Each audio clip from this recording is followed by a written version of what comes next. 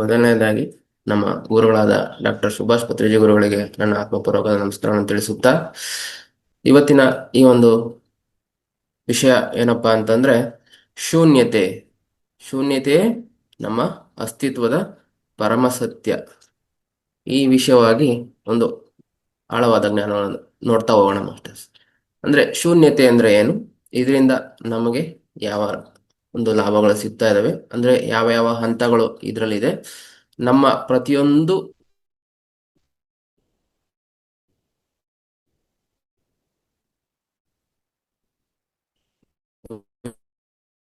ವಿಷಯದಲ್ಲೂ ಕೂಡ ಈ ಶೂನ್ಯತೆಯ ಅನುಭವವನ್ನು ನಾವು ನೋಡಿ. ಶೂನ್ಯತೆ ಅಂದ್ರೆ ಸ್ವತಂತ್ರವಾಗಿ ಅಥವಾ ಶಾಶ್ವತವಾಗಿ ಇಲ್ಲ ಅಂತ ಹೇಳ್ತಕ್ಕಂಥದ್ದು. ನಮ್ಮ ಜೀವನದಲ್ಲಿ ನಮಗೆ ಕೆಲವೊಂದು ಆಳವಾದ ಪ್ರಶ್ನೆಗಳು ಬರ್ತಾ ಇರ್ತವೆ. ನಾನು ಯಾರು, ನಾನು ಈ ಲೋಕಕ್ಕೆ ಏನಕ್ಕೆ, ನಿಜವಾಗಿ ಏನು ಒಂದು ಸ್ವರೂಪದಲ್ಲಿ ಇದ್ದೇನೆ, ಮತ್ತೆ ಪ್ರತಿಯೊಂದು ಕೂಡ ಏಕೆ ಬದಲಾಗ್ತಾ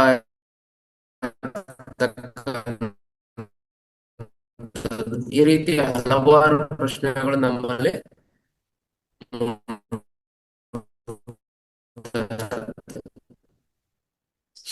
ಇವೆಲ್ಲ ಪ್ರಶ್ನೆಗಳಿಗೂ ಬುದ್ಧ ಭಗವಾನವ್ರು ನೀಡ್ತಕ್ಕಂತೆ.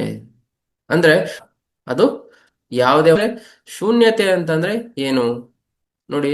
ಯಾವುದೇ ಒಂದು ವಸ್ತು ಅಥವಾ ಒಂದು ಭಾವನೆ, ಒಂದು ಫೀಲಿಂಗ್ ಅಥವಾ ಯಾವುದೇ ಒಂದು ಜೀವಿಗೆ ಒಂದು ಶಾಶ್ವತವಾದ ಒಂದು ಸ್ವತಂತ್ರ ಸ್ವಭಾವ ಇರ್ತಕ್ಕಂಥದ್ದು ಇರೋದಿಲ್ಲ. ಎಲ್ಲವೂ ಕೂಡ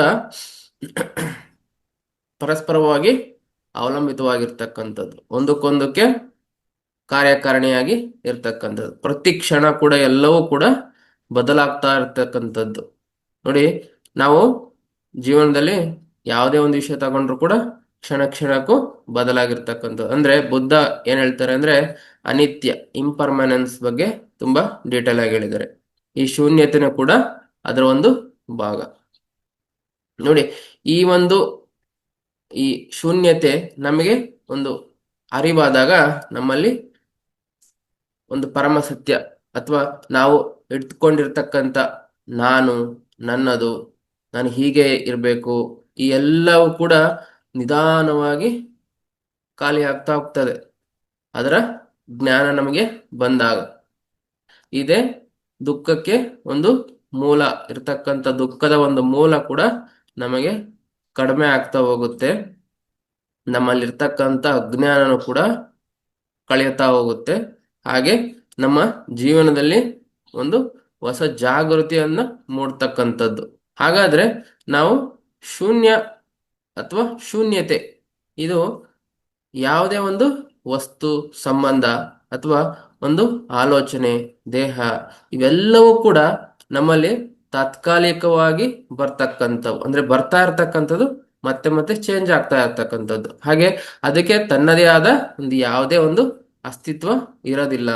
ಪ್ರತಿಯೊಂದು ಕೂಡ ಕಾರ್ಯಕಾರಣಿ, ಅಂದ್ರೆ ಒಂದು ಕಾರಣ ಇದ್ದಾಗ ಮಾತ್ರ ಬರ್ತದೆ, ಅಲ್ಲಿ ಕೆಲಸ ಮಾಡ್ತದೆ, ಆ ರೀತಿಯಾಗಿ ಇರತಕ್ಕಂಥದ್ದು.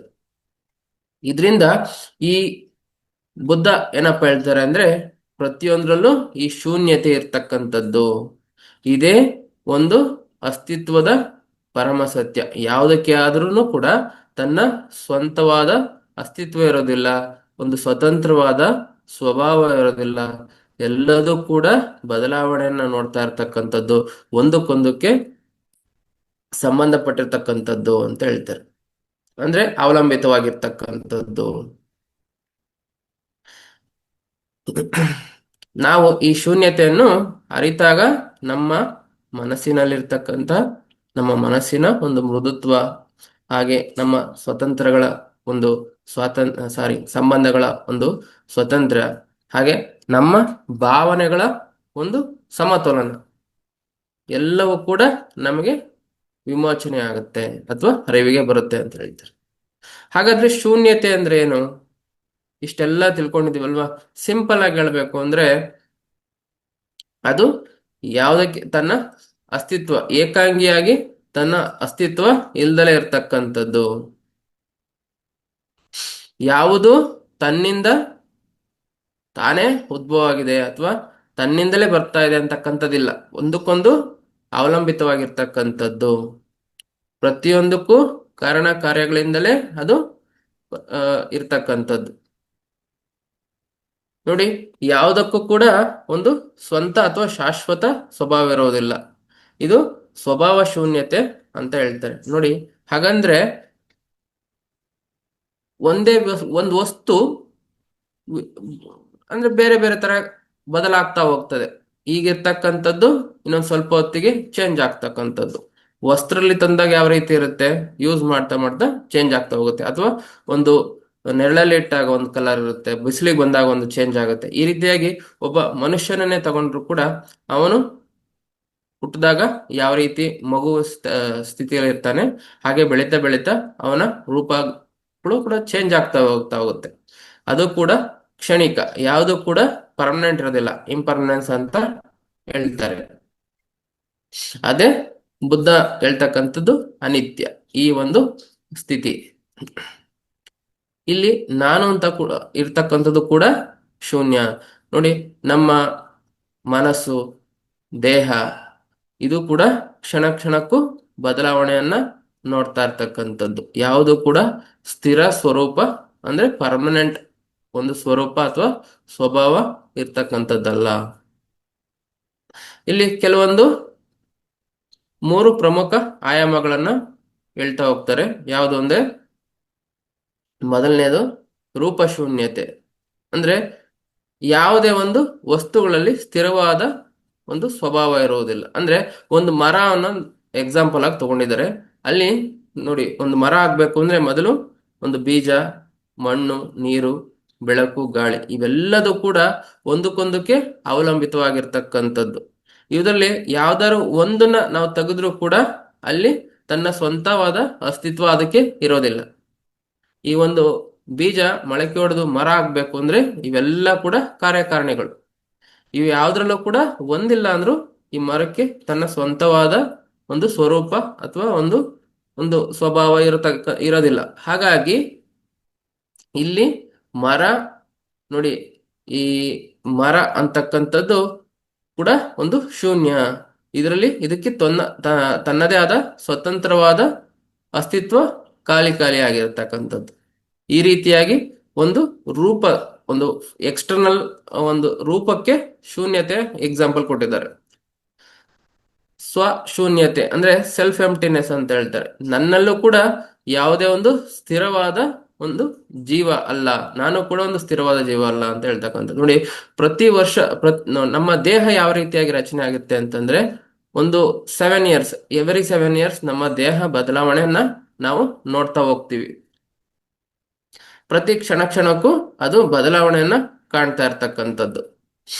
ನೋಡಿ, ಇಲ್ಲಿ ನಾನು ಅಂತಕ್ಕಂಥದ್ದು ಏನು ಅಂತ ನೋಡೋದಾದ್ರೆ, ನಮ್ಮ ನೆನಪುಗಳು ಕೂಡ ಹಾಗೆ ನಮ್ಮಲ್ಲಿ ಬರ್ತಕ್ಕಂಥ ಆಲೋಚನೆಗಳು, ಭಾವನೆಗಳು, ನಮ್ಮ ಈ ಒಂದು ದೇಹದ ಒಂದು ಬದಲಾವಣೆಗಳು, ಹಾಗೆ ಇವೆಲ್ಲವೂ ಕೂಡ ನಮಗೆ ಕ್ಷಣ ಕ್ಷಣಕ್ಕೆ ಅದು ಚೇಂಜ್ ಆಗ್ತಾ ಹೋಗ್ತಾ ಹೋಗ್ತಕ್ಕಂಥದ್ದು. ಯಾವುದು ಕೂಡ ಹಾಗೆ ಪರ್ಮನೆಂಟ್ ಆಗಿರೋದಿಲ್ಲ. ಒಬ್ಬ ತನ್ನ ಸ್ವ ಎಂಟಿನೆಸ್ ಅಂದ್ರೆ ಸ್ವಶೂನ್ಯತೆಯನ್ನು ಕೂಡ ಈ ರೀತಿಯಾಗಿ ಎಕ್ಸಾಂಪಲ್ ಅಂತ ಹೇಳಿದೆ. ಕಾರಣ ಶೂನ್ಯತೆ ಅಂದ್ರೆ ಈ ಯಾವುದೂ ಕೂಡ ಒಂದು ಕಾರಣವಿಲ್ಲದಲೇ ಉದಯಿಸೋದಿಲ್ಲ. ಅಂದ್ರೆ ಪ್ರತಿಯೊಂದಕ್ಕೂ ಕೂಡ ಒಂದು ಕಂಡೀಷನ್ ಬೇಸ್ಡ್ ಇರುತ್ತೆ. ನೋಡಿ, ಒಂದು ಬೆಂಕಿ ಹತ್ಕೊಳ್ಬೇಕು ಅಂತಂದ್ರೆ ಅದಕ್ಕೆ ಏನೇನ್ ಬೇಕು? ಆಕ್ಸಿಜನ್ ಬೇಕು, ಅಥವಾ ಒಂದು ಬರ್ನ್ ಆಗ್ತಕ್ಕಂಥ ಒಂದು ಫ್ಯೂಯಲ್, ಒಂದು ಆಯಿಲ್, ಒಂದು ಇಂಧನ ಬೇಕು. ಈ ರೀತಿಯಾಗಿ 3 ಕೂಡ ಈ ಒಂದು ಬೆಂಕಿ ಹತ್ಕೊಳ್ಬೇಕು ಅಂದ್ರೆ 3 ಒಂದಕ್ಕೊಂದಕ್ಕೆ ಅಟ್ಯಾಚ್ಡ್. ಆ 3ರಲ್ಲಿ ಯಾವುದೊಂದು ಇಲ್ಲ ಅಂದ್ರೂ ಕೂಡ ಅಲ್ಲಿ ಬೆಂಕಿ ಉದ್ಭವಿಸೋದಿಲ್ಲ. ಹೀಗಾಗಿ ಒಂದಕ್ಕೊಂದಕ್ಕೆ ಯಾವುದೇ ಆದ ಈ ಬೆಂಕಿಗೆ ಅಥವಾ ಇದಕ್ಕೆ ತನ್ನದೇ ಆದ ಯಾವುದೇ ಒಂದು ಅಸ್ತಿತ್ವ ಇರೋದಿಲ್ಲ. ಈ 3ರಲ್ಲಿ ಯಾವುದೇ ಒಂದು ಮೈನಸ್ ಆದ್ರೂ ಕೂಡ ಅದಕ್ಕೆ ತನ್ನ ಅಸ್ತಿತ್ವವನ್ನ ಕಳ್ಕೊಳ್ತಾ ಹೋಗುತ್ತೆ. ಹಾಗಾಗಿ ಇದನ್ನ ಒಂದು ಕಾರಣ ಶೂನ್ಯತೆ ಅಂತೆ. ಪ್ರತಿಯೊಂದಕ್ಕೂ ಒಂದು ಕಾರಣ ಬೇಕೇ ಬೇಕು. ಬೆಂಕಿ ಹತ್ಕೊಳ್ಬೇಕು ಅಂದ್ರೆ ಇಂಧನ ಇರಬೇಕು, ಆಕ್ಸಿಜನ್ ಇರಬೇಕು, ಮತ್ತೆ ಜೊತೆಗೆ ಒಂದು ಹೀಟ್, ಈ ಒಂದು ತಾಪ ಇರಬೇಕು. ಇವು ಮೂರಲ್ಲಿ ಯಾವುದಿಲ್ಲ ಅಂದ್ರೂ ಕೂಡ ತನ್ನ ಅಸ್ತಿತ್ವನ ಕಳ್ಕೊಳ್ಳುತ್ತೆ ಅಂತ ಹೇಳ್ತಾರೆ. ಹೀಗೆ ಇನ್ನು ಡೀಪ್ ಆಗಿ ಈ ಒಂದು ಶೂನ್ಯತೆಯ ಬಗ್ಗೆ ನಾವು ತಿಳ್ಕೊಳ್ತಾ ಹೋಗೋಣ. ನಮ್ಮ ನಿತ್ಯ ಜೀವನದಲ್ಲಿ ಈ ಶೂನ್ಯತೆ ಹೇಗೆ ಒಂದು ಇಂಪ್ಯಾಕ್ಟ್ ಐತೆ ಅಥವಾ ಅದನ್ನ ನಾವು ಹೇಗೆ ಅನುಭವನ ಪಡಿತೀವಿ ಅಂತ.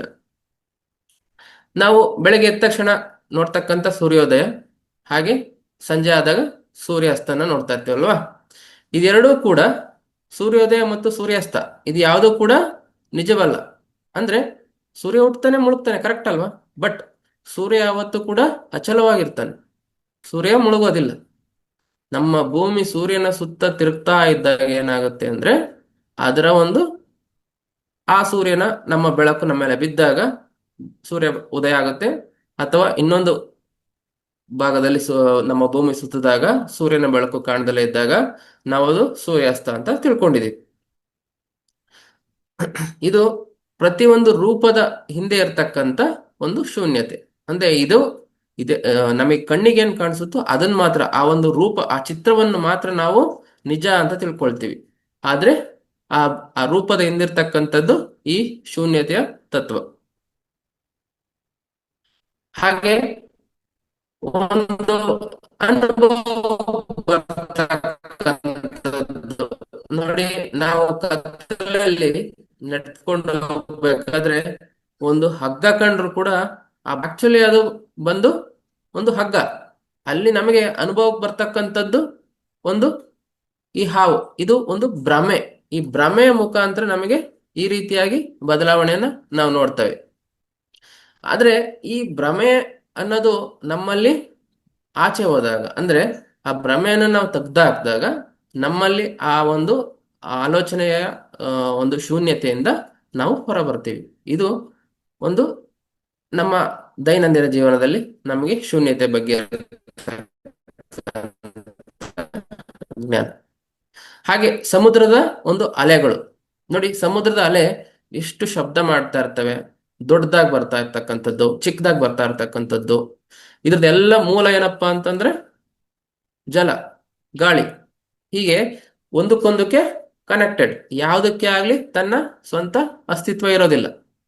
ಗಾಳಿ ಜೋರಾಗಿ ಬೀಸಿದಾಗ ಅಲೆ ದೊಡ್ಡದಾಗಿ ಬರ್ತದೆ, ಹಾಗೆ ಗಾಳಿ ಕಡಿಮೆ ಬೀಸಿದಾಗ ಚಿಕ್ಕ ಅಲೆಗಳು ಬರ್ತಾ ಇರ್ತವೆ. ಹೀಗೆ ಇಲ್ಲಿ ಒಂದು ಏನಪ್ಪಾ ಅಂತಂದ್ರೆ ಈ ನಾವು ನಮ್ಮನ್ನ ಅಲೆಗಳು ಅಂತ ತಿಳ್ಕೊಂಡಾಗ ನಮ್ಮಲ್ಲಿ ಇರ್ತಕ್ಕಂಥ ಶೂನ್ಯತೆ ಏನು ಅಂದ್ರೆ ಸಮುದ್ರ. ನೋಡಿ, ಸಮುದ್ರ ಯಾವಾಗಲೂ ಸ್ಥಿರವಾಗಿರ್ತಕ್ಕಂಥದ್ದು.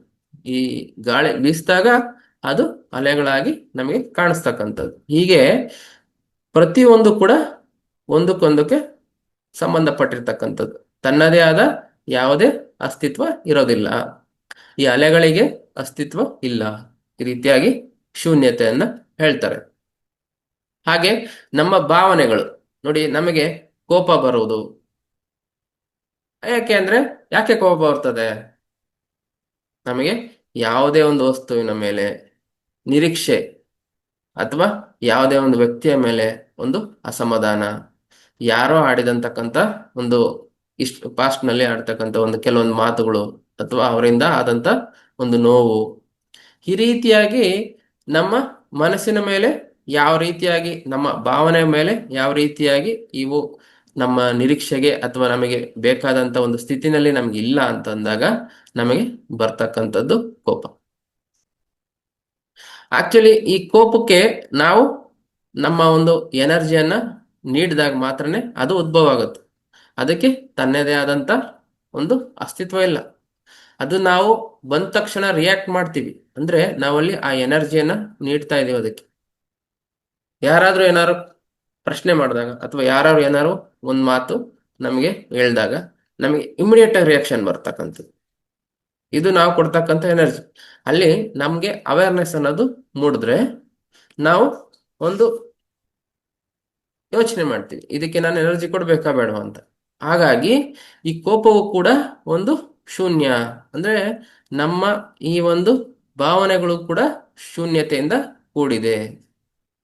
ಇಲ್ಲಿ ಓವರ್ ಆಲ್ ಆಗಿ ಈ ಒಂದು ಎಂಟೈರ್ ಸಿಸ್ಟಮ್ ಅಥವಾ ಈ ಪೂರ್ತಿ ಟಾಪಿಕ್ ಕೂಡ ಏನ್ ಹೇಳ್ತದೆ ಅಂತಂದ್ರೆ, ಯಾವುದೇ ಒಂದು ವಸ್ತು ವ್ಯಕ್ತಿ ಯಾವುದಕ್ಕೂ ಕೂಡ ತನ್ನದೇ ಆದಂತ ಸ್ವಭಾವ ಅಥವಾ ತನ್ನದೇ ಆದಂತ ಒಂದು ಅಸ್ತಿತ್ವ ಇರೋದಿಲ್ಲ. ಅದಕ್ಕೆ ಒಂದು ಸಂಬಂಧಪಟ್ಟಿರ್ತಕ್ಕಂಥದ್ದು ಅಥವಾ ಕಾರ್ಯಕಾರಣಿ ಆಗಿರ್ತಕ್ಕಂಥದ್ದು ಇದ್ದಾಗ ಮಾತ್ರ ಅದಕ್ಕೆ ತನ್ನ ಸ್ವಂತ ಅಸ್ತಿತ್ವ ಕಾಣಿಸೋದು. ಅಂದ್ರೆ ಇಂಟರ್ ಡಿಪೆಂಡೆಂಟ್ ಆಗಿರುತ್ತೆ ಅಂತಕ್ಕಂಥ ಒಂದು ಎಕ್ಸಾಂಪಲ್ಸ್ ಮುಖಾಂತರ ನಾವು ಪ್ರತಿಯೊಂದು ವಿಷಯದಲ್ಲೂ ಕೂಡ ತಿಳ್ಕೊಳ್ತಾ ಹೋಗ್ತೀವಿ. ನೋಡಿ, ಈ ಶೂನ್ಯತೆ ಅಂತಕ್ಕಂಥದ್ದು ಸಡನ್ ಆಗಿ ನಮ್ಗೆ ಹೇಳಿದ ತಕ್ಷಣನೇ ಶೂನ್ಯ, ಖಾಲಿ, ಈ ರೀತಿಯಾಗಿ ಕೆಲವೊಂದು ಅನುಭವ ಬರ್ತವೆ. ಇದು ಒಂದು ತಪ್ಪು ಕಲ್ಪನೆ.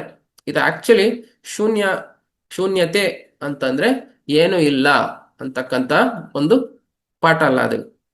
ಶೂನ್ಯತೆ ಅಂದ್ರೆ ಅದರ ಅಸ್ತಿತ್ವ. ಇದಕ್ಕೆ ಯಾವುದೇ ಒಂದು ವಸ್ತು ಕೂಡ ತನ್ನ ಶಾಶ್ವತವಾದ ಸ್ವರೂಪ ಇರೋದಿಲ್ಲ.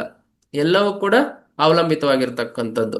ನೋಡಿ, ಒಂದು ಎಕ್ಸಾಂಪಲ್ ತಗೊಳೋದಾದ್ರೆ, ನಾವು ಬೆಳಗ್ಗೆ ಹಾಲು ತಗೊಬರ್ತೀವಲ್ವಾ, ಅದನ್ನ ನಾವು ಒಂದು ಅದು ಟೈಮ್ ಕಳೆದಂಗೆ ಕೆನೆಗಟ್ಟುತ್ತೆ.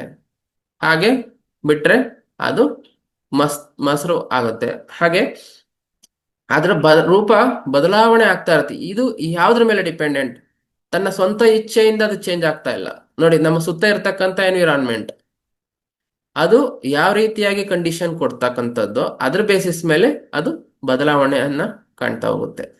ಆಚೆ ಇಟ್ಟಾಗ ಒಂದು ಬದಲಾವಣೆ, ಫ್ರಿಡ್ಜ್ ಒಳಗೆ ಇಟ್ಟಾಗ ಯಾವ ರೀತಿಯಾಗಿ ಇರ್ತಕ್ಕಂಥದ್ದು, ಕ್ಷಣಕ್ಕೂ ಅಥವಾ ಒಂದು ಟೈಮ್ ಲಿಮಿಟ್ ಬೌಂಡ್ ಅಲ್ಲಿ ಅದು ಚೇಂಜ್ ಆಗ್ತಾ ಇರ್ತಕ್ಕಂಥ. ಹೀಗೆ ಪ್ರತಿಯೊಂದು ವಸ್ತು, ಪ್ರತಿಯೊಂದು ವಿಷಯದಲ್ಲೂ ಕೂಡ ಇದು ಬದಲಾವಣೆಯನ್ನ ಕಾಣ್ತಾ ಇರ್ತಕ್ಕಂಥದ್ದು.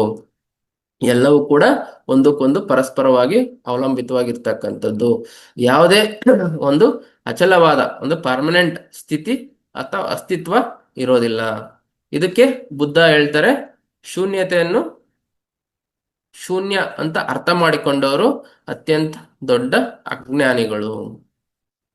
ಶೂನ್ಯತೆ ಅಂತಕ್ಕಂಥದ್ದು ಶೂನ್ಯ ಅಲ್ಲ, ಅದರ ಅಸ್ತಿತ್ವ ಇಲ್ದಲೇ ಇರೋ ಕಾರಣ ಅದನ್ನ ಶೂನ್ಯತೆ, ಸ್ವತಂತ್ರವಾದ ಅಸ್ತಿತ್ವ ಇಲ್ದಲೇ ಇರ್ತಕ್ಕಂಥದಕ್ಕೆ ಶೂನ್ಯತೆ ಅಂತ ಹೇಳ್ತಾರೆ.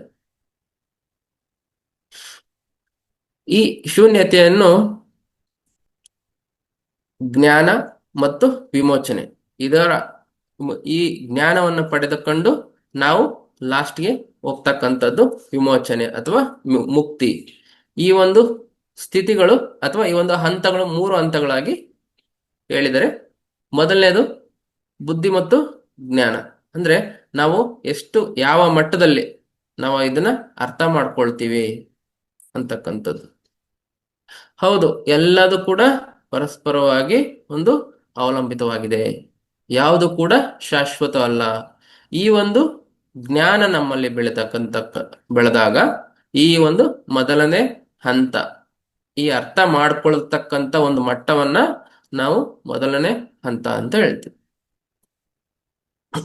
ಎರಡನೇ ಹಂತ ಬಂದು ತತ್ಕ್ಷಣ ಜಾಗೃತಿ. ಅಂದ್ರೆ ನಮ್ಮ ಯೋಚನೆ, ನಮ್ಮಲ್ಲಿ ಬರ್ತಕ್ಕಂಥ ಈ ಭಾವನೆಗಳು, ಈ ನಮ್ಮ ದೇಹ ಎಲ್ಲವೂ ಕೂಡ ಕ್ಷಣಕ್ಕೂ ಕೂಡ ಬದಲಾವಣೆ ಆಗ್ತಾ ಇರ್ತಕ್ಕಂಥದ್ದು.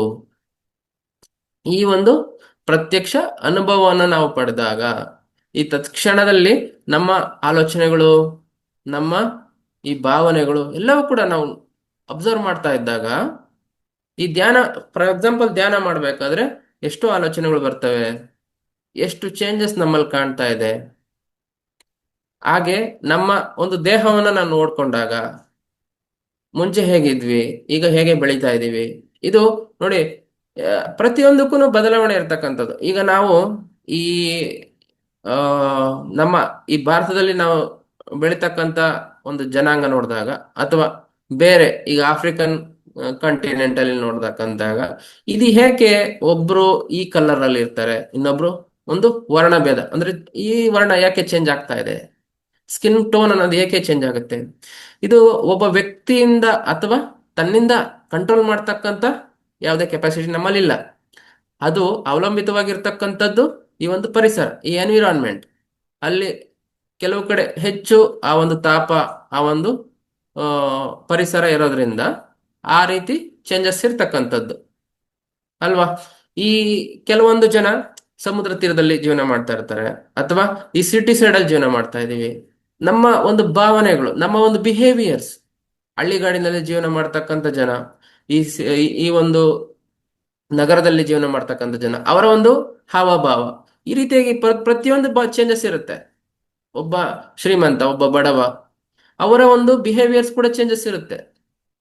ಅಥವಾ ಅವರು ಐಷಾರಾಮಿ ಜೀವನ ಇರ್ತದೆ, ಕೆಲವರು ತುಂಬಾ ಲೋ ಲೆವೆಲ್ ಅಲ್ಲಿ ಜೀವನ ಮಾಡ್ತಕ್ಕ, ಇದೆಲ್ಲದೂ ಕೂಡ ಏನಕ್ಕೆ? ಪ್ರತಿಯೊಂದರಲ್ಲೂ ಕೂಡ ತನ್ನದೇ ಆದ ಸ್ವಂತ ಅಸ್ತಿತ್ವ ಇಲ್ಲ. ಒಬ್ಬ ಮನುಷ್ಯನಿಗೆ ಅವನದೇ ಆದ ಒಂದು ಅಸ್ತಿತ್ವ ಇಲ್ಲ. ಎಲ್ಲವೂ ಕೂಡ ಒಂದು ವಿಷಯದ ಮೇಲೆ ಡಿಪೆಂಡೆಂಟ್ ಆಗಿರ್ತಕ್ಕಂಥದ್ದು, ಯಾವುದೋ ಒಂದು ವಿಷಯದ ಮೇಲೆ. ಪರಿಸರ ಆಗಿರ್ಬೋದು, ಅಥವಾ ಅವ್ರನ್ನ ಒಂದು ಇರ್ತಕ್ಕಂಥ ಒಂದು ವೆಲ್ತ್. 1 minute master.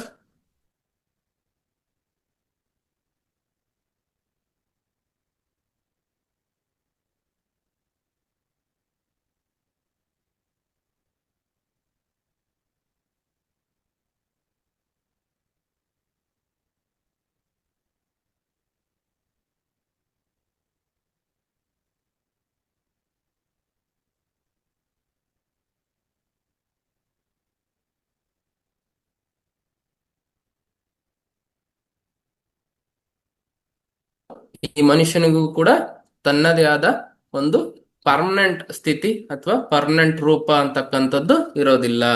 ಈ ರೀತಿಯಾದ ಒಂದು ಜಾಗೃತಿ, ಒಂದು ಅವೇರ್ನೆಸ್ ನಮ್ಮಲ್ಲಿ ಮೂಡಿದಾಗ ಈ ಎರಡನೇ ಸ್ಥಿತಿಯನ್ನ ಅಥವಾ ಹಂತವನ್ನ ನಾವು ತಲುಪ್ತೀವಿ.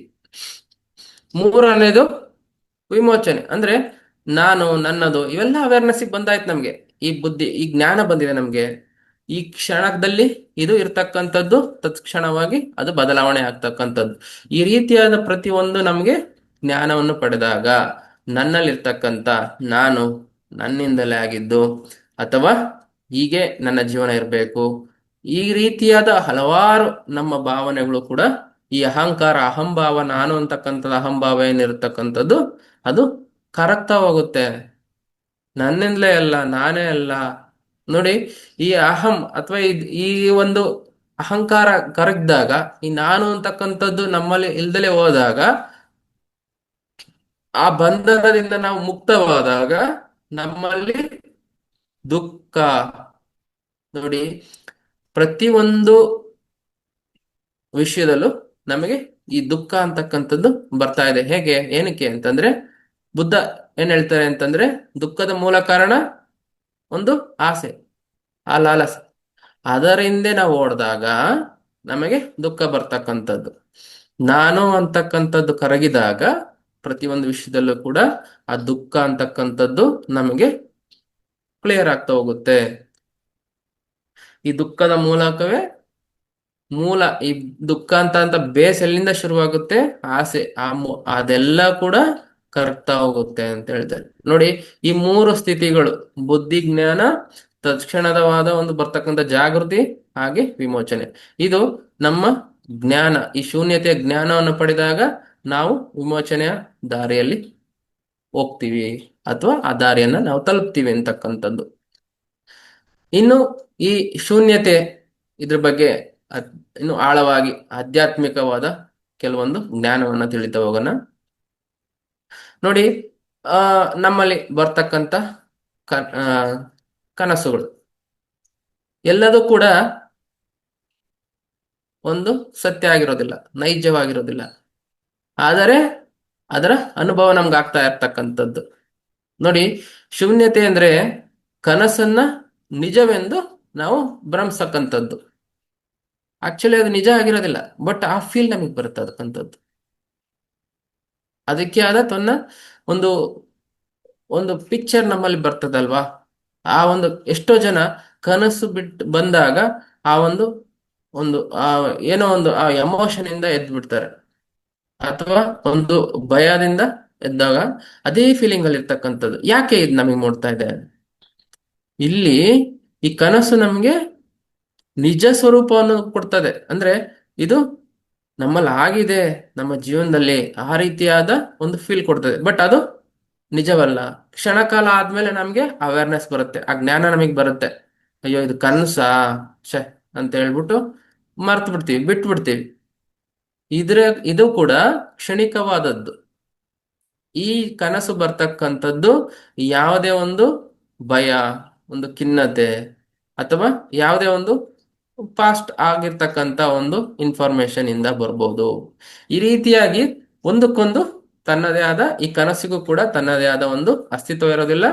ಇದಕ್ಕೆ ಇದರಿಂದ ಬರ್ತಕ್ಕಂಥ ಎಮೋಷನ್ಗೆ ಯಾವುದು ಕೂಡ ಅಸ್ತಿತ್ವ ಇರೋದಿಲ್ಲ. ಇದು ಒಂದು ಕ್ಷಣಿಕ. ಈ ಎಮೋಷನ್ಗೆ ಈ ಕನಸು ಬೇಸ್ ಅಂದ್ರೆ ಸಪೋರ್ಟ್, ಅದು ಅಸ್ತಿತ್ವ. ಈ ರೀತಿಯಾಗಿ ಪ್ರತಿಯೊಂದಕ್ಕೂ ಕೂಡ ನಾವು ಈ ಶೂನ್ಯತೆಯನ್ನ ಇಂಟರ್ಲಿಂಕ್ ಮಾಡ್ತಾ ಹೋಗ್ಬೋದು. ಹಾಗೆ ಒಬ್ಬ ಮನುಷ್ಯ ಅವನ ಇವತ್ತು ಅವನು ನೋಡಿದಾಗ ಸುಂದರವಾಗಿರ್ತಾನೆ. ಫಾರ್ ಎಕ್ಸಾಂಪಲ್, ನಾವು ಬಾಲ್ಯಾವಸ್ಥೆಯಲ್ಲಿ ಎಷ್ಟು ಕ್ಯೂಟ್ ಕ್ಯೂಟ್ ಆಗಿರುತ್ತೆ. ನೆಕ್ಸ್ಟ್ ಬೆಳೀತಾ ಬೆಳೀತಾ ಚೇಂಜಸ್ ಆಗ್ತಾ ಹೋಗುತ್ತೆ. ಒಂದು ಪ್ರೌಢಾವಸ್ಥೆಗೆ ಬಂದಾಗ ಅಲ್ಲಿ ಒಂದು ಡಿಫ್ರೆಂಟ್ ಆಗಿರ್ತಕ್ಕಂಥ ಒಂದು ನಮ್ಮ ದೇಹ ಆ ಒಂದು ಯಾವ ರೀತಿಯಾಗಿ ಬದಲಾವಣೆಯನ್ನ ಕಾಣ್ತಾ ಇರ್ತಕ್ಕಂಥದ್ದು. ಒಬ್ರಿಗೆ ಇಷ್ಟವಾಗಿ ಕಾಣ್ತಕ್ಕಂಥದ್ದು ಇನ್ನೊಬ್ರಿಗೆ ಇಷ್ಟವಾಗಿರೋದಿಲ್ಲ. ಒಬ್ರಿಗೆ ಸುಂದರವಾಗಿ ಕಾಣಿಸ್ತಕ್ಕಂಥದ್ದು ಇನ್ನೊಬ್ರಿಗೆ ಅದು ನಾರ್ಮಲ್, ಏನಷ್ಟೊಂದು ಡಿಫ್ರೆನ್ಸ್ ಇಲ್ಲ. ಹೀಗೆ ಈ ರೂಪನೂ ಕೂಡ ಸ್ವತಂತ್ರವಾಗಿರೋದಿಲ್ಲ, ಅದು ನೋಡ್ತಕ್ಕಂಥವರ ಭಾವನೆಗೆ ಒಳಪಟ್ಟಿರ್ತಕ್ಕಂಥದ್ದು. ಅಂದ್ರೆ ಅಲ್ಲಿನೂ ಕೂಡ ಅದರ ಅಸ್ತಿತ್ವ ಯಾವುದು? ಹೀಗೆ ಪ್ರತಿಯೊಂದಕ್ಕೂ ಕೂಡ ನಮ್ಮ ಅದರ ಅಸ್ತಿತ್ವದ ಮೇಲೆ ಇರ್ತಕ್ಕಂಥದ್ದು, ಅದು ತನ್ನದೇ ಆದ ಸ್ವತಂತ್ರ ಅಸ್ತಿತ್ವವಿಲ್ಲ. ಹಾಗೆ ನಮ್ಮಲ್ಲಿ ಮೂಡ್ತಕ್ಕಂಥ ಭಾವನೆಗಳು ಯಾವುದು ಕೂಡ 100% ಅಲ್ಲೇ ಕೂತ್ಕೊಳ್ಳೋದಿಲ್ಲ. ಎಷ್ಟೋ ಭಾವನೆಗಳು ಬರ್ತಾ ಇರ್ತವೆ, ಹೋಗ್ತಾ ಇರ್ತವೆ. ಕೆಲವೊಂದು ಶಾರ್ಟ್ ಟೈಮಲ್ಲಿ ಹೋಗುತ್ತೆ, ಕೆಲವೊಂದು ಸ್ವಲ್ಪ ಲಾಂಗ್ ಪೀರಿಯಡ್ ಅಲ್ಲಿ ಹೋಗುತ್ತೆ. ಬಟ್ ಯಾವುದು ಕೂಡ ಪರ್ಮನೆಂಟ್ ಆಗಿರೋದಿಲ್ಲ. ಅಲ್ಲಿ ನಾವು ಆ ಭಾವನೆಗೆ ಶಕ್ತಿಯನ್ನು ತುಂಬಿದಾಗ ಮಾತ್ರ ನಮಗೆ ಅದು ಎಫೆಕ್ಟ್ ಕೊಡ್ತಕ್ಕಂಥದ್ದು. ಆ ಭಾವನೆಗೂ ಕೂಡ ತನ್ನದೇ ಆದ ಒಂದು ಸ್ವತಂತ್ರವಾದ ಅಸ್ತಿತ್ವವಿಲ್ಲ, ಸ್ವಭಾವವಿಲ್ಲ. ಹಾಗೆ ನಮ್ಮ ಅಹಂಕಾರಕ್ಕೆ ಕೂಡ ಯಾವುದೇ ಒಂದು ಆಧಾರವಿಲ್ಲ. ಅಂದ್ರೆ ನಮ್ಮಲ್ಲಿ ಎಷ್ಟೋ ಆಲೋಚನೆಗಳು ಬರ್ತವೆ, ಈ ಯೋಚನೆಗಳೇ ನಮಗೆ ಅಹಂಕಾರವನ್ನ ನೀಡ್ತಕ್ಕಂಥದ್ದು. ನೋಡಿ ಕೆಲವೊಂದು ಯೋಚನೆ ಮಾಡ್ತಾರೆ, ಕಂಪ್ಯಾರಿಟಿವ್ ಮಾಡ್ತಾರೆ, ಅವ್ನು ನನ್ಕಿನ ಏನ್ ಕಡಿಮೆ ಇದೀರಾ, ಈ ರೀತಿಯಾಗಿ ಯೋಚನೆಗಳು ನಾವು ಕೊಟ್ಟಾಗ, ಅಲ್ಲಿ ನಾವು ಒಂದು ಕಂಪ್ಯಾರಿಸನ್ ಮಾಡಿದಾಗ ಮಾತ್ರ ನಮಗೆ ಆ ಒಂದು ಅಹಂಕಾರ ಅಂತಕ್ಕಂಥ ಬರ್ತಕ್ಕಂಥದ್ದು. ಇಲ್ಲ ಅಂತಂದ್ರೆ ಅಲ್ಲಿ ತನ್ನದೇ ಆದಂತ ಒಂದು ಸ್ವತಂತ್ರವಾಗಿ ಅದು ಎಲಿವೇಟ್ ಆಗೋದಿಲ್ಲ, ಎಕ್ಸ್ಪೋಸ್ ಆಗೋದಿಲ್ಲ. ಹಾಗಾಗಿ ಅದು ಕೂಡ ಶೂನ್ಯತೆ. ಹೀಗೆ ಈ ಶೂನ್ಯ ಅಂತಕ್ಕಂಥ ಈ ಶೂನ್ಯತೆಯನ್ನು ನಾವು ಅರಿತಾಗ, ಈ ಯೋಚನೆಗಳಲ್ಲಿ ಶೂನ್ಯತೆ ಇದೆ ಅಂತ ನಮಗೆ ಅರಿತಾಗ ನಮ್ಮ ಅಹಂಕಾರ ಅಂತಕ್ಕಂಥದ್ದು ಕರಗ್ತಾ ಹೋಗುತ್ತೆ ಅಂತ ಹೇಳ್ತಾರೆ.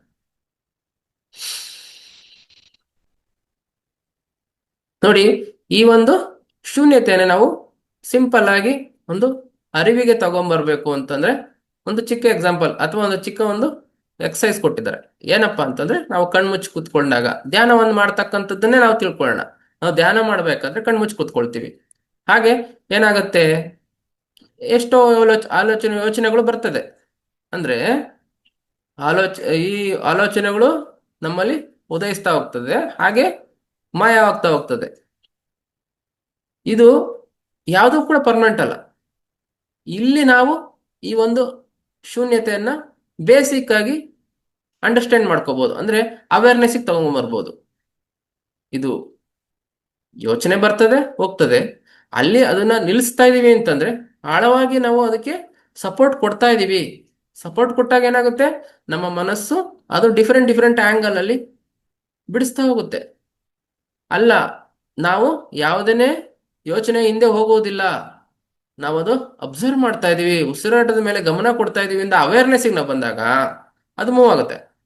ನೋಡಿ, ಅಲ್ಲಿ ಆ ಒಂದು ಭಾವನೆಗೆ ನಾವು ಕೊಡ್ತಕ್ಕಂಥ ಶಕ್ತಿ.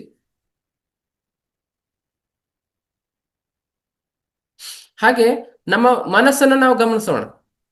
ನಮ್ಮ ಮನಸ್ಸನ್ನ ನಾವು ಗಮನಿಸಿದಾಗ ಅದು ಒಂದು ಕ್ಷಣದಲ್ಲಿ ಇಲ್ಲಿರುತ್ತೆ, ಇನ್ನೊಂದು ಕ್ಷಣದಲ್ಲಿ ಲೋ ಇರುತ್ತೆ. ಅಷ್ಟು ಸ್ಪೀಡಾಗಿ ಹೋಗ್ತಕ್ಕಂಥದ್ದು ಯಾವುದೂ ಇಲ್ಲ. ನಾವು ಇಲ್ಲಿರ್ತೀವಿ, ಬೆಂಗಳೂರಿನಲ್ಲಿ ಇರ್ತೀವಿ, ಇನ್ನೊಂದು ಕ್ಷಣದಲ್ಲಿ ಬೇರೆ ದೇಶಕ್ಕೆ ಹೋಗಿರುತ್ತೆ ಮನಸ್ಸು.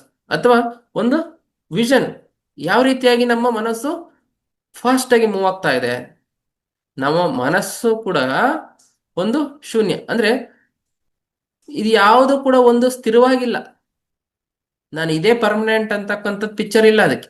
ಈ ಕ್ಷಣ ಕ್ಷಣಕ್ಕೂ ಬದಲಾವಣೆ ಆಗ್ತಾ ಇರತಕ್ಕಂಥದ್ದು. ಆ ಸ್ಥಿರವಾಗಿ ಈ ನಾನು ಅಂತದ್ದು ಕೂಡ ಇರೋದಿಲ್ಲ. ಪ್ರತಿ ಕ್ಷಣದಲ್ಲೂ ಕೂಡ ಅದು ಬದಲಾವಣೆ ಅನ್ನ ಕಾಣಿಸ್ತಾ ಇದೆ.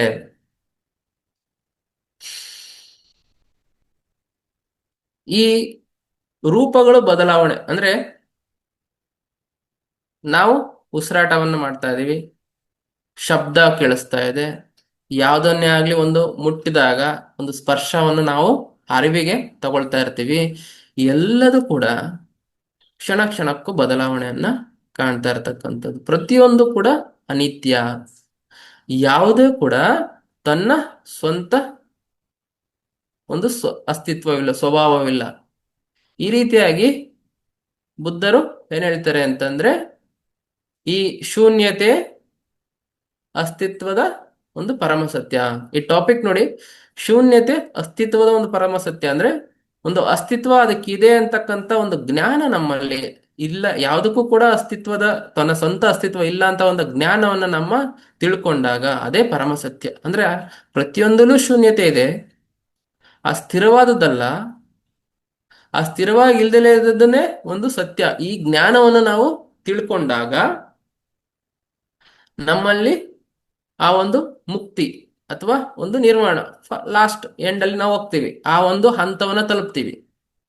ಈ ರೀತಿಯಾಗಿ ನಾವು ಇದು ಅರಿತಾಗ ನಮ್ಮಲ್ಲಿರ್ತಕ್ಕಂಥ ಅಹಂಕಾರ ನೋಡಿ, ನಮ್ಮಲ್ಲಿರ್ತಕ್ಕಂಥ ಎಷ್ಟೋ ಬಯಕೆಗಳು, ನಮಗೆ ಬರ್ತಕ್ಕಂಥ ಭಾವನೆ ಅಂದ್ರೆ ಕೋಪ, ದುಃಖ, ಒಂದು ಅಸಹನೆ, ಈ ರೀತಿಯಾದ ಭಾವನೆಗಳು, ಹಾಗೆ ಒಂದು ಅಟ್ಯಾಚ್ಮೆಂಟ್, ಒಂದು ಸಂಬಂಧಗಳ ಮೇಲೆ ಅಟ್ಯಾಚ್ಮೆಂಟ್, ಒಂದು ಬಂಧಗಳ, ಪ್ರತಿಯೊಂದು ಬಂಧಗಳು, ಈ ರೀತಿಯಾಗಿ ನಮ್ಮಲ್ಲಿ ಪ್ರೀತಿ, ಕರುಣೆ ಎಲ್ಲವೂ ಕೂಡ ನಮಗೆ ಒಂದು ಅರ್ಥ ಆಗುತ್ತೆ. ಪ್ರತಿಯೊಂದು ಕೂಡ ನಮ್ಮಲ್ಲಿ ಪರ್ಮನೆಂಟ್ ಅಲ್ಲ, ಎಲ್ಲದೂ ಕೂಡ ಎಂಡ್ ಇದೆ. ಕ್ಷಣ ಕ್ಷಣಕ್ಕೂ ಅದು ಬದಲಾವಣೆಯನ್ನು ನಾವು ಕಾಣಿಸ್ತಾ ಇದೀವಿ. ಈ ಎಲ್ಲದೂ ಕೂಡ ನಮ್ಮಲ್ಲಿ ಕರಗ್ತಾ ಹೋಗುತ್ತೆ, ಯಾವ್ದು ಪರ್ಮನೆಂಟ್ ಇಲ್ಲ, ಬರ್ತದೆ ಕರಗುತ್ತೆ. ಅಂದ್ರೆ ನಾವು ಈ ಜ್ಞಾನವನ್ನು ಪಡೆದಾಗ, ಇದರ ಬೇಸಿಕ್ ನಾಲೆಡ್ಜ್ ಅನ್ನ ನಾವು ತಿಳ್ಕೊಂಡಾಗ ಇದು ಕೂಡ ಕರಗೋಗುತ್ತೆ. ಅಂದ್ರೆ ಈ ಈ ಕರಗುವಿಕೆ ಅಂತ ಏನ್ ಹೇಳ್ತೀವೋ ಅದು ಬುದ್ಧರು ತನ್ನ ತತ್ವಗಳಲ್ಲಿ ಏನ್ ಹೇಳ್ತಾರೆ ಅಂದ್ರೆ ನಿರ್ವಾಣ ಅಂತ ಹೇಳ್ತಾರೆ. ಈ ಒಂದು ಅರಿವನ್ನು ನಾವು ಪಡೆದಾಗ, ಈ ಜ್ಞಾನದ ಮಟ್ಟವನ್ನು ನಾವು ತಲುಪಿದಾಗ ನಮಗೆ ನಿರ್ವಾಣದ ಸ್ಥಿತಿ. ಅಂದ್ರೆ ಪ್ರತಿಯೊಂದು ಕೂಡ ನಾವು ತ್ಯಾಗದಲ್ಲಿರ್ತೀವಿ. ಅಂದ್ರೆ ಯಾವುದು ಕೂಡ ಪರ್ಮನೆಂಟ್ ಅಲ್ಲ ಅಂತ ಅರಿವು ನಮ್ಗೆ ಅರ್ಥ ಆದಾಗ ಬುದ್ಧನ ಸ್ಥಿತಿ ಹೊರಟೋಗ್ತೀವಿ. ಈ ರೀತಿಯಾಗಿ ನಮ್ಮನ್ನು ನಾವೇ ಕೇಳ್ಕೊಳ್ಳೋಣ, ಪ್ರತಿಯೊಂದು ಕ್ಷಣ, ಪ್ರತಿಯೊಂದು ಒಂದು ಸ್ಥಿತಿ, ಯಾವ ಕ್ಷಣದಲ್ಲೇ ಆಗ್ಲಿ ಅದು ಪರ್ಮನೆಂಟ್ ಅಲ್ಲ, ಅಥವಾ ಅದು ತನ್ನದೇ ಸ್ವತಂತ್ರವಾದ ಒಂದು ಅಸ್ತಿತ್ವವಿಲ್ಲ, ಅದೇ ಸ್ವತಂತ್ರವಾದ ಒಂದು ಸ್ವಭಾವವಿಲ್ಲ. ಈ ರೀತಿಯಾಗಿ ನೋಡಿದಾಗ ಪ್ರತಿ ವಿಷಯದಲ್ಲೂ ಕೂಡ ಒಂದು ಶೂನ್ಯತೆಯನ್ನ ನಾವು ಕಾಣ್ತೀವಿ. ಎಲ್ಲರಿಗೂ ಒಂದು ಲಾಸ್ಟ್ ಅಲ್ಲಿ ಹೇಳ್ತಕ್ಕಂಥದ್ದು, ಶೂನ್ಯತೆ ಅಂತಕ್ಕಂಥದ್ದು ಶೂನ್ಯ ಅಲ್ಲ, ಅದು ಒಂದು ಅಸ್ತಿತ್ವ, ತನ್ನ ಅಸ್ತಿತ್ವ ಇಲ್ಲ ಅಂತಕ್ಕಂಥ ಸಾರತಕ್ಕಂಥ ಒಂದು ವಿಷಯ.